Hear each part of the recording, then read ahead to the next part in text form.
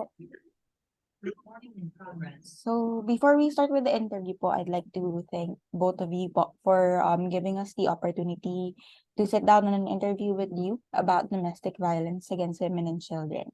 So ito pong article na to will be published on our website, republicasiamedia.com, around siguro po mga in the coming weeks or 2 weeks, parang ganon. So the article would aim to make people understand how these violence occur and what can we do to help victims in escaping and coping with these kinds of violence. So before we start with the questions po, may I request both of you po to give us a short introduction or background about yourselves for profiling lang po for our article.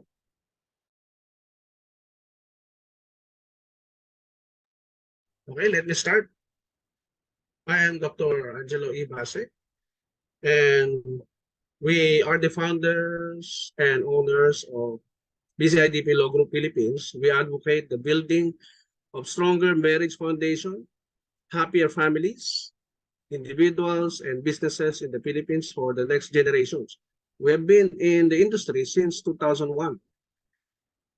Kami naman, individually, in our separate careers, we were also former employees of different industries, no? So we established this group to make sure that most Filipinos would enjoy the right teachings or the right principles on marriage and family relationship, because our statistics does not show na meron tayong maayos na family. So it looks like we have lots of broken relationships, not just in the families, but also in our businesses and in our dealings with other people. So nag-aral kaming mabuti, naghanap kami ng solusyon, because this has been a perennial problem for every generation.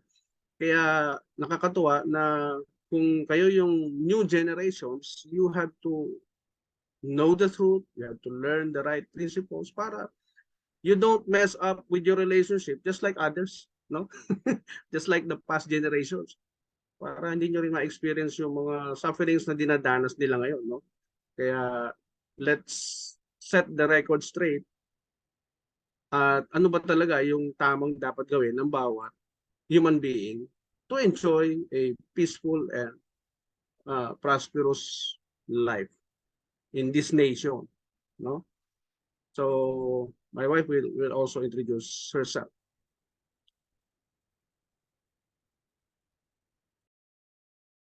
Okay, so as what Dr. Angela have talked about a while ago. So we are from BCIDP Law Group. So I am Dr. Michael De Paula, PhD. So I am handling different cases in the court. I am a Supreme Court mediator. I'm assigned here in Makati. And I'm also resource speaker from PWU, University of Makati. My topics were parenting, preparation for marriage, alternative dispute resolution, practical application on mediation, arbitration, and conciliation. And I am also an advocate of parenting and a stronger marriage and family foundation. So as also a doctor in philosophy and in pastoral guidance and counseling, I am also into doing this like seminars, interviews, and also teaching from different institutions and schools. Especially we're targeting about the foundations for children and those who are in stage of marrying. I said we'll start from them. the social ills are coming from the homes, right? So I am more advocating on the parenting side, and also having a good and having a good family, a happier family. So that is those are our advocacies, and moving forward, generations to generations. Ayun, thank you so much po for the introduction. So to kick off our Mhm. interview, the first question po is, can you give us a brief definition of domestic abuse? And ano po itong mga types ng domestic abuse that often happens among Filipino women and children? Okay. Ako muna sasagot. Abuse is from the word abnormal use. Doon galing yan, yung salitang abuse. Yung sabihin, you are using the product not according to its own purpose. So that's its original meaning. And domestic abuse is from the Latin, or domestic is from the Latin word domesticus. That's from the Latin word dometicus, or domos, which means home.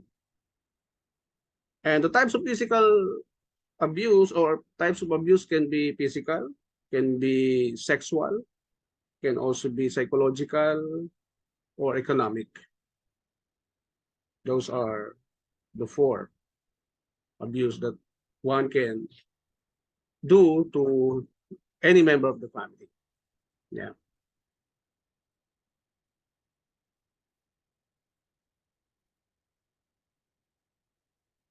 Okay po. The next question po is, how does domestic abuse often happen? And ano po yung possible root cause nitong domestic abuse? Could it be like from a previous history of abuse then, or meron po bang particular phenomenon that pushes people to harm their family members or their partners? Okay. Actually, when there is an abuse, a natural design is violated. So pag sinabing natural design, hindi natin to gawa, hindi natin to invento, hindi ito creation ng human being. It is there from the beginning, since we were born. And science became interested with it. No? So pinag-aralan nila, ano ba ang nature ng lalaki? Ano ba ang nature ng babae? So scientists have discovered that the women were found to be emotional. Scientifically proven na yan. And they really tend to be expressing their feelings based on emotions. No? And since emotional lang isang human being, an emotional being requires love and affection all the time. Now, sa lalaki, naging interesado rin ng science. They discovered the natural design of man, to be logical. And it's also scientifically proven. So, a logical human being always requires respect and submission all the time. Yun ang nature niya, na hindi niya invento, hindi niya creation. So, these two are the basis of our foundation. Parang pag hindi mo alam ito, you will tend to abuse your partner. Pag hindi mo naintindihan to, you will have the tendency to really violate that natural design ng tao. Okay? Maybe Dr. Maitel De Paolo can tell us more about it.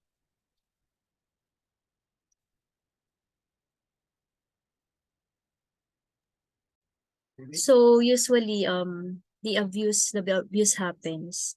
There will always be a root cause, no? There will always be root causes on this. So one of those during the studies, during our studies in PWU, so mostly of the cases of violence would come from the root causes from relationship, the way they treat each other. So it came from the smaller issues. Then from that smaller issues, unless it is not resolved, or unresolved issues, will be developed to more chaos. So the more that they encounter this problem and these issues, there will be triggers. No? Once the triggers are provoked, and once this is already, they're aware of the triggers, but whenever they have this issues concerned about couples or the the the father and the mother, the husband and the wife, could instead of preventing those to happen, but due to the crisis we have right now, emotional crisis, economical crisis, and a lot of environmental factors that could affect. So their reactions also on every situation, and their the one the thing in here, diba? So dito sa Pilipinas, once we have encountered a lot of paglabas pa lang ng bahay mo, you have a lot of stressors. So kasama pa tong init ng araw, no? The weather. So the more the many stressors na na-encounter, so it triggers to, lalo pa pag alam mo na nagsasalubong na yung away, no? So but when you know the husband or the husband would say something about ito yung issues natin, pero meron tayong mga women empowerment kasi we're in, right mo yan eh, you have the rights, you have the right to do that, katawan mo yan eh, you have the right to do something about it. But then when you enter into marriage kasi iba na, no? It's not about you anymore. It's not about your own happiness anymore. So when the woman would tend to also always require, no, the rights and rights without doing the obligation itself, so nagkakaroon ng issues sa relationship, and mostly of this violence will come from the smaller issues which I have just discussed a while ago. So ito yung mga triggers that we have to watch out for. And kahit sabihin mo, hindi naman siya drug addict, o hindi naman nakainom, pero bakit ganun? Because of nagpile up na yung mga issues nila before, unresolved issues, and then it keep on coming back and back, no? Laging bumabalik kahit napag-usapan na before. So that's the reason of physical injuries that I have handled in the court, na ay nasampal ko siya kasi sobra na siyang mabunganga. So I know you have you're getting the points na about this.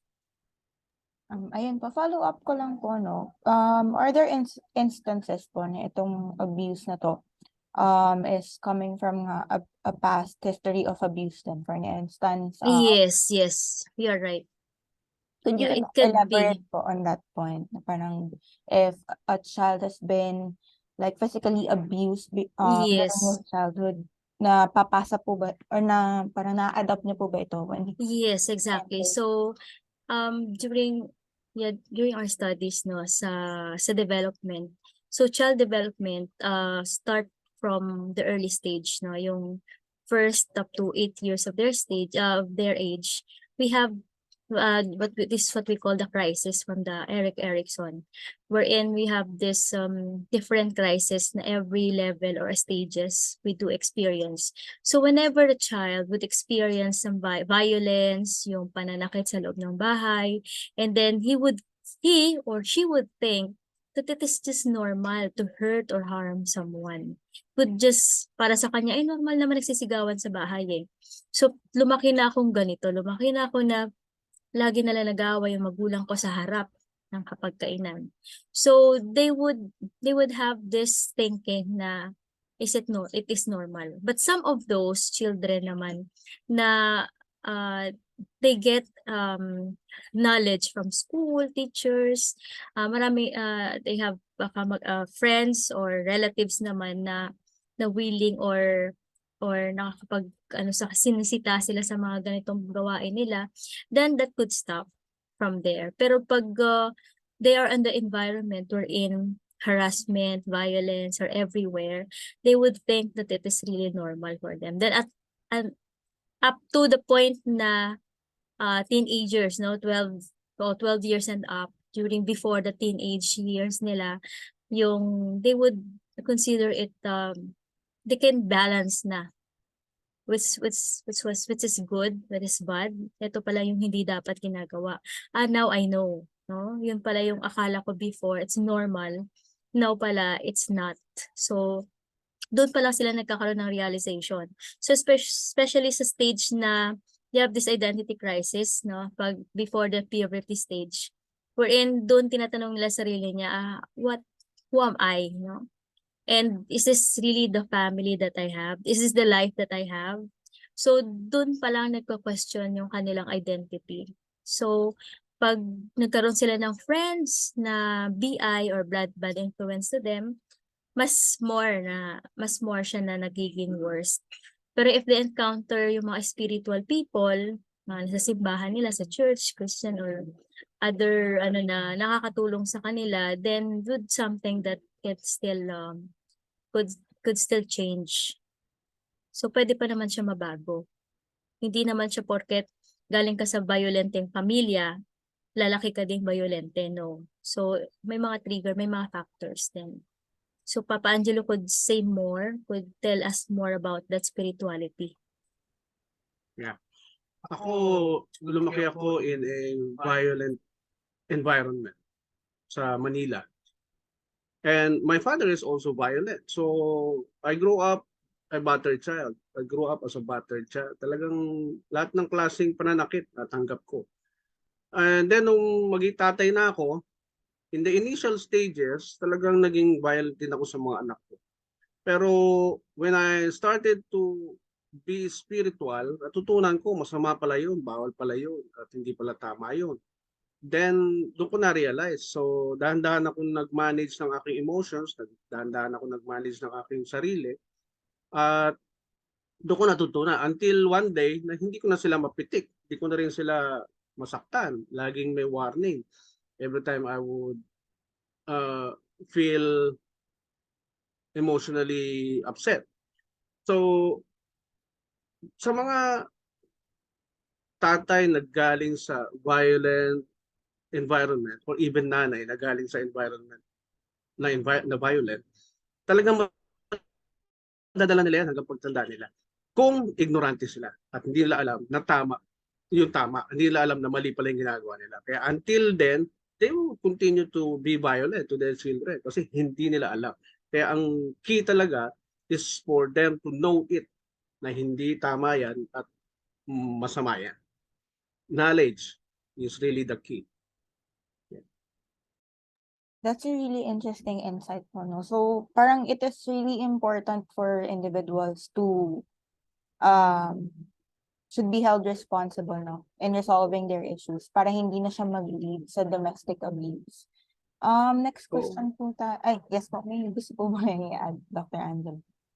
O kasi hanggat ignorante ang tao, they would never learn what is right. They would continue to carry on kung ano yung kinalakihan nila. And they would continue to create the same environment until somebody tells them na hindi yan yung tama. Yan.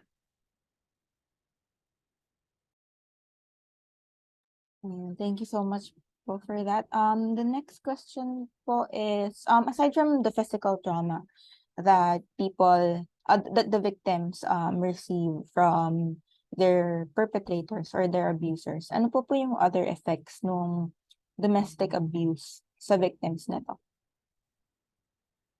So I think I could answer that question. So in this what we call the trauma, aside from the physical trauma that they may experience emotional trauma. And emotional trauma, they would be experiencing yung nagkakaroon na sila ng depression, anxiety, and then their daily life is already affected. So their work, the work and life balance would be affected.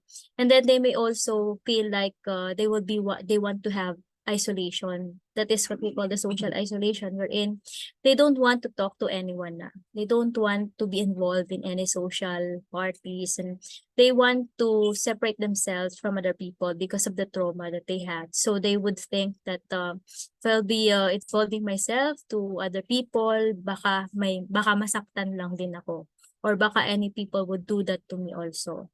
So this trauma is very serious, no? Nowadays we have a lot of cases about this. So aside to the emotional trauma and the social isolation, you would experience the economic consequences. Yung paano ba ako mabubuhay? How could I, no? How could I support my family? How could I support my child? So, 'di ba sa women violence, mostly dito yung mga mother, no? So, yung iba kaya naman nilang buhay ng anak nila, they have the chance, they have the opportunity to separate and live with their children. Pero paano naman yung iba na walang kakayanan because all of their life, no, of being a parent or being a wife, nasa bahay lang, 'di ba? Yun yung ano na yung father lang or the husband lang yung nagtatrabaho. So this is something that we have to look for. And ito yung mas mababa yung self-esteem nila because they would think na ano pa yung I don't deserve any of this. Parang I cannot be anyone. Parang mababa na yung tingin mo sa sarili mo na ay wala na ako mapapasukan pa, how could I? 'Di ba? Kung ganito lang din naman ako, wala akong skills. I haven't learned some of the ano na dapat na mayroon ako sa pagtatrabaho. So that's also the reason why maraming mga nanay, maraming mga women that they choose na to stay in a relationship kahit they're being hurt na or they have this they experience violence na because of that. Yung fear of anong mangyayari, what would be the future of my children, what would be the future of my child. And then also yung tradition natin, yung parang yung matagal na natin na ay hindi kayo kompleto. Hindi pwedeng walang ama yung ating anak. So that's something that's for them na because of that, yung effect, no, not just physically, 'di ba, pero emotional and also psychologically. So, marami nang pwedeng magbago sa isang tao na victim of violence. So, I think, Papa Angelo, do you have something to say about them? Yeah, yung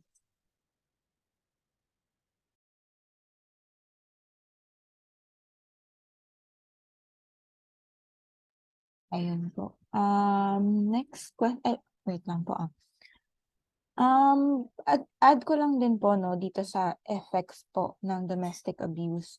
Meron po bang instances na parang bumababa din yung self-worth ng mga women after nilang maka-experience ng trauma sa kanilang mga partners? And could you elaborate on this matter po? O, paano naapektuhan yung Yes. self-worth natin? Yes, exactly. So that's what we call yung self-esteem, no? Yung self-worth mo na, do I deserve this? What should I do? What can I do more? What can I contribute? Kasi parang sa feeling mo sa sarili mo, wala ka ng halaga. It's because of all the things, yung violence kasi is not just physical lang eh. So you may have this, we call yung verbal abuse wherein ang dami ng sinabi sa'yo masasama na hindi mo na siya kaya, na naiisip mo na lang na ay ganito na ba talaga ako, wala na ba talaga ako sa halaga sa mundo. So they would kaya that's the effect of this, the effect of self, yung nawala sa yung self-worth mo is yung social isolation wherein you would prevent yourself from socializing with other people kasi you would think like ay wala naman ako, at sino ba naman ako na para kausapin nila, or sino ako to belong to them. So nandun yung nawawala ka na talaga sa sarili mo, hindi mo na alam mo pwedeng mong gawin pa, and nagmumukmuk ka na lang. And yung ano dito, yung strength na pwedeng maibigay nito sa mothers, sa women, yung their children.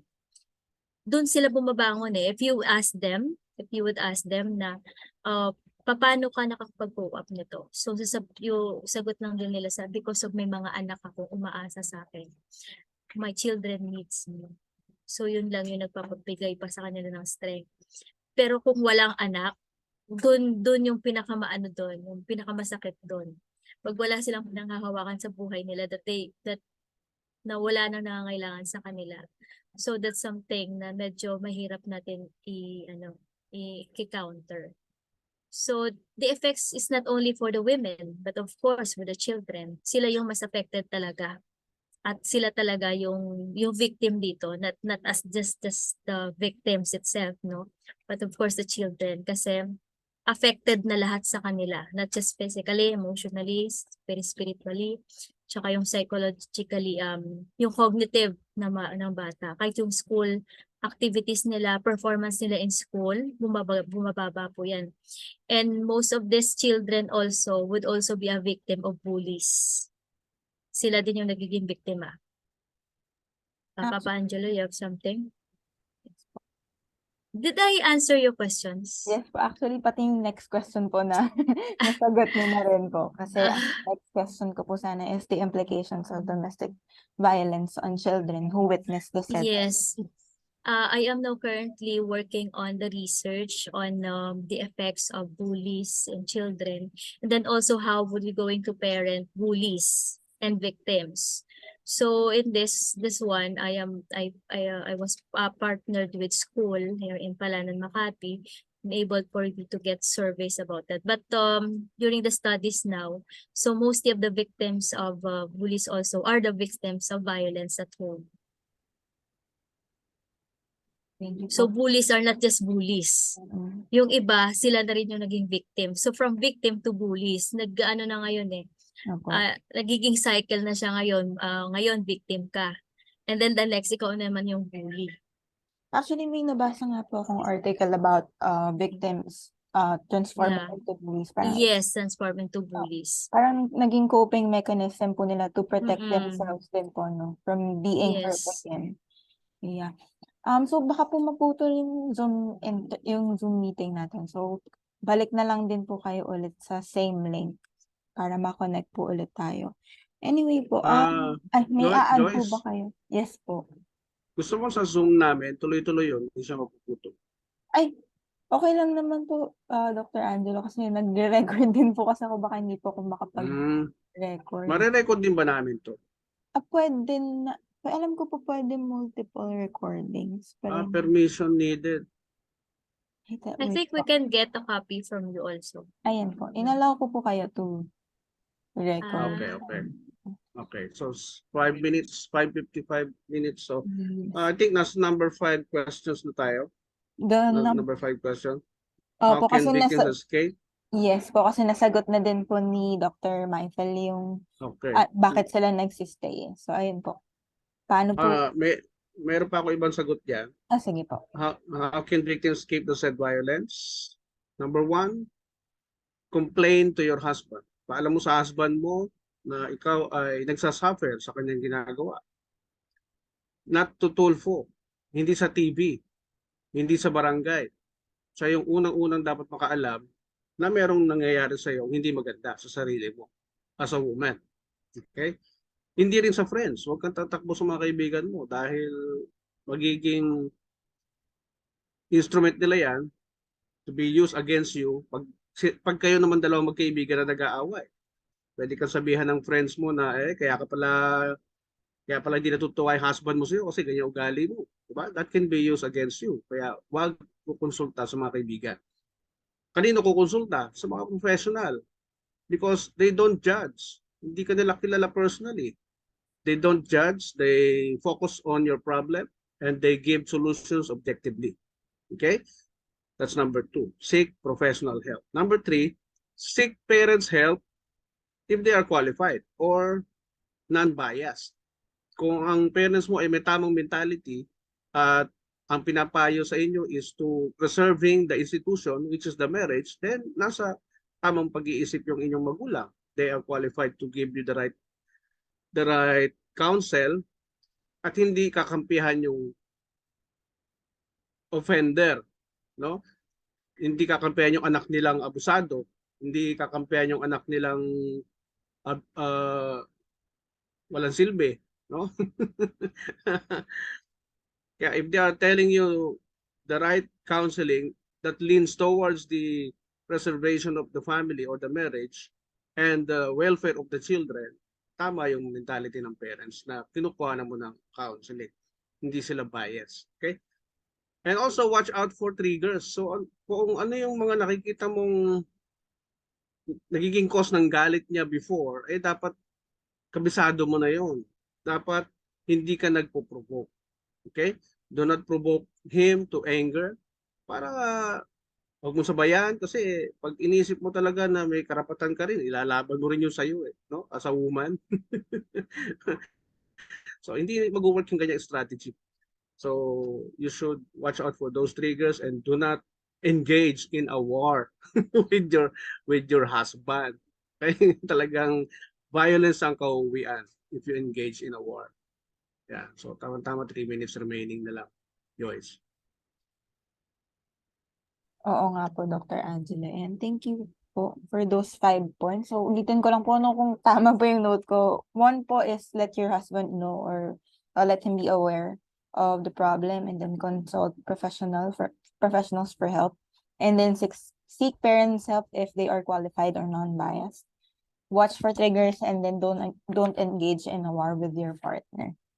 Yes. Ayun po. So, siguro po, i-end po muna natin yung meeting para hindi po siya maputol and then let's just go back to the same link po. Sure. Thank you. Ayan po. Yeah. Thank you so much po.